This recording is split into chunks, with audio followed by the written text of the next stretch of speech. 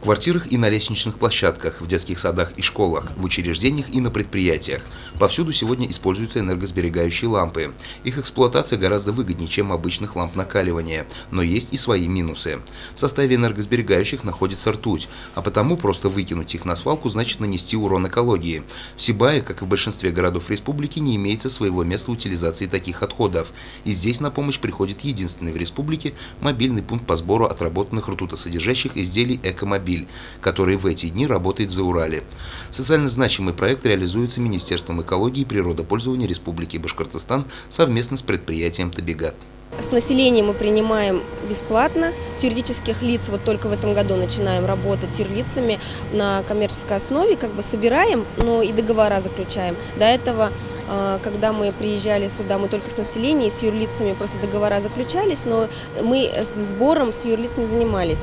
Основная цель нашей акции – это приобщить, воспитать в народе, в населении отношение к опасным отходам.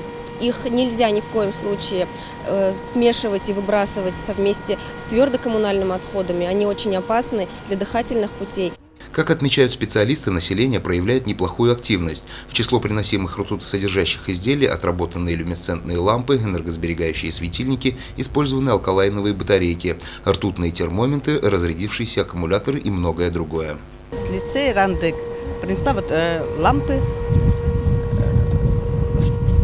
так как понимаю, что они вредны для экологии. На энергосберегающие лампочки я перешла уже давно. Где-то, наверное, конечно, хотелось бы, чтобы они перегорали поменьше, пореже, но без этого никак. Поэтому где-то в течение года я собирала эти лампочки, потому что знаю, что в них содержится ртуть, которая опасна для здоровья человека, и никогда не выбрасываю их в общественные места, где мусор собирают. Их необходимо собирать в специальные коробочки, то есть утилизировать их соответствующим образом, для того, чтобы не наносить вреда окружающей среде. У нас везде уже, во всех электроприборах лампы такие, пользуемся. Часто перегорела первая.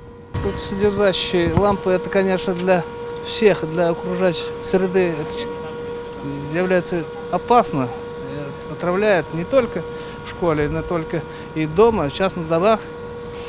Но вот мы, как сказали, мы прошли, сдали, избавились, как говорится, опасный груз.